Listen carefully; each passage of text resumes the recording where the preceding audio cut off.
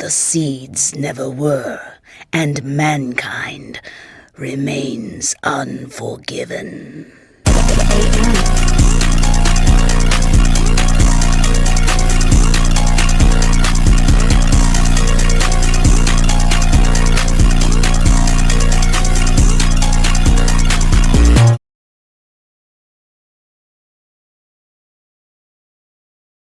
Drop a like, share, subscribe. Berserk isn't really a story that believes life is fair. It also isn't a story that believes fate is subtle. It looks at a person, throws them into a world full of ambition, cosmic nonsense, and cruelty, and then asks the question, what if the only way to prove you're actually human is to keep moving even when the universe itself clearly wants you to give up? Berserk doesn't romanticize pain at all. It doesn't even try to pretend suffering makes you noble, and doesn't act like raw vengeance is the same as living. It's a story about will, carving a path in a universe that keeps trying to decide for you, finding enough connection, enough purpose, enough stubbornness to keep moving. This is the ultimate battle between free will and predestination. In this universe, there's a cosmic hierarchy guided by an entity called the Idea of Evil that actively orchestrates humanity's suffering to keep history locked on a predetermined track. Guts are already living in the middle of an apocalypse like it's just another Monday. The world's showing us how bad it really is, and Guts keeps retaliating with a sword. A big sword. Basically his whole personality at this point. But even early on, it starts hitting at the fact that this kind of life just isn't really sustainable. You could probably survive by yourself for a while, but at some point you're going to have to ask yourself whether or not survival alone is enough to even count as actually living. Now I'm finally starting to understand that Berserk isn't just some war story. It's more of a story about how war can turn people into functions. People become soldiers, soldiers become tools, tools become legends, and those legends become excuses. Guts is already trying to decide whether or not he's actually human or just a blade that learned how to walk. Then Griffith enters the frame.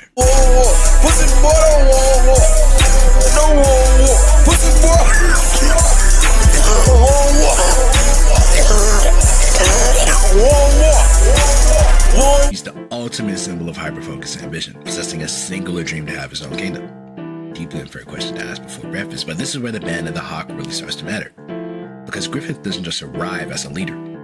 He arrives like a gravitational force. He's the kind who makes others orbit around them without them even realizing. And Guts, who spent most of his entire life believing that attachment is dangerous, gets pulled in.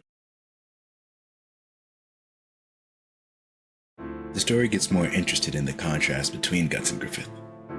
One lives by instinct, the other lives by dream. Or ambition.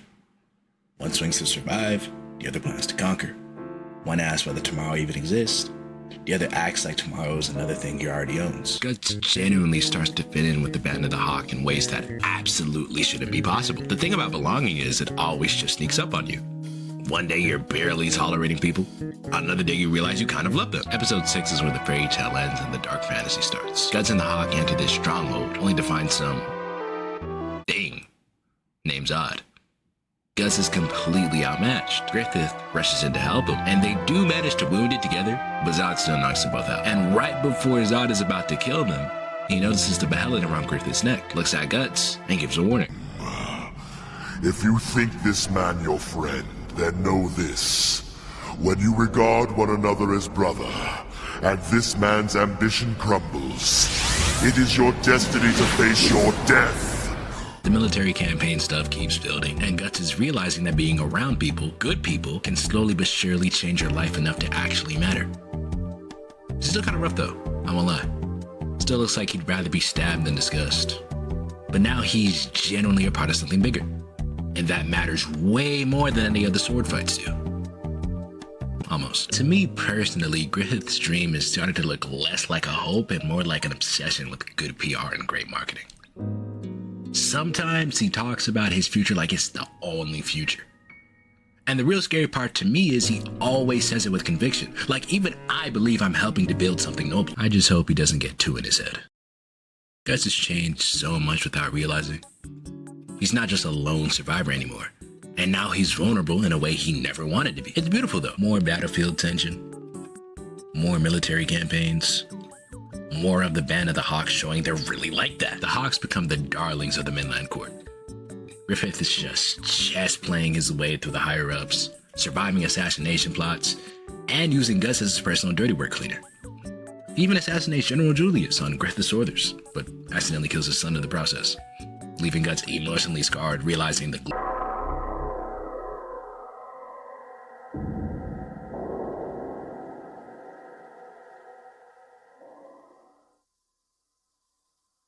this fountain speech is so crazy to me.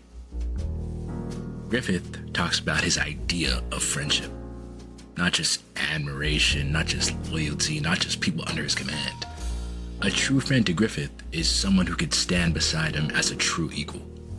And Guts hears this. And for the first time, he realizes he's not living his own life. He's been living in the shadows of his ambition and dream. During a chaotic battle against the Blue Whale Knights, Casca collapses from a severe fever and falls off a cliff. Guts leaps after her, and they get washed down a river, surviving inside a cave. This is a massive turning point for Casca's character, because before this, she was just annoying. She vents her raw frustration at Guts, explaining her intense devotion to Griffith, the man who saved her. The enemy tracks them down. Guts tells Casca to run away while he holds it down, stands against an army of like 100 men, swinging his sword until his hands bled out, showing that sometimes the resolve to protect others is stronger than the desire to just stay alive. The Hawks and Griffith have reached the absolute peak of achievements. His dreams finally within arm's reach. And this is exactly where Guts decides it's just time to pack his bags. Guts wants to start becoming a person instead of a weapon. And Griffith can't handle this. I'm going to have to talk about Griffith for a second. A lot. Because I really want and need to show that I'm not being overdramatic when I say this is one of the most hypocritical things I've ever seen. Now I'm starting to realize Griffith is the kind of person who thinks he can manipulate into destiny. Which is even more infuriating to me because it's clearly working. And I could be wrong. But as of right now, it seems that being able to control things is part of his dream. So if he can't control Guts, Griffith approaches this duel with the thought that he owns Guts. States out loud that if he can't have Guts, he would much rather kill him. The emotional pressure keeps building. Guts doesn't hate Griffith or anything. He just finally wants to be something more than a weapon and try to become a true equal to Griffith. Guts wins through resolve with a single downswing and cleaves through this illusion of absolute ownership. Guts walks away without looking back, finally achieving true free will. Griffith is left behind kneeling in the snow. Broken. Guts leaving the Man of the Hawk is like an insult to Griffith because Guts isn't his anymore. Shattered his ego with a casual swing. This is the same man who built his whole identity around being above all and any human weaknesses. And what should be a painful but survivable loss becomes something way worse because Griffith is a hypocrite that can't even emotionally process not being in control of something, like dealing with an overgrown baby.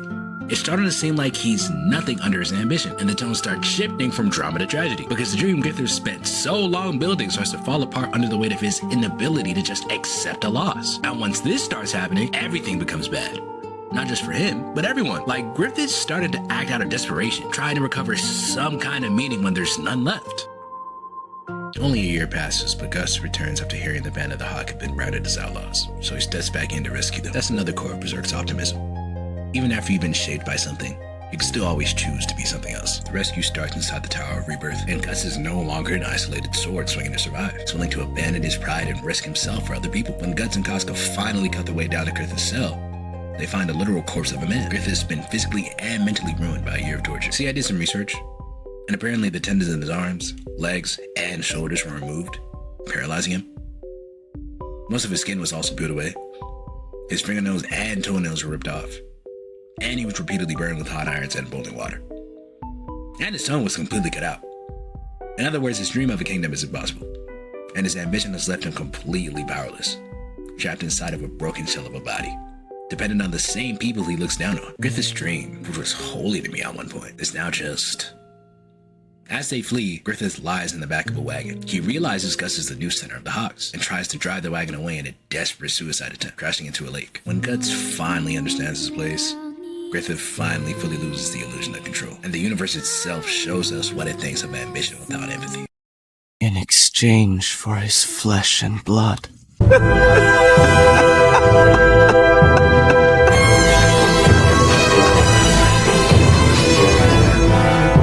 Don't come near me.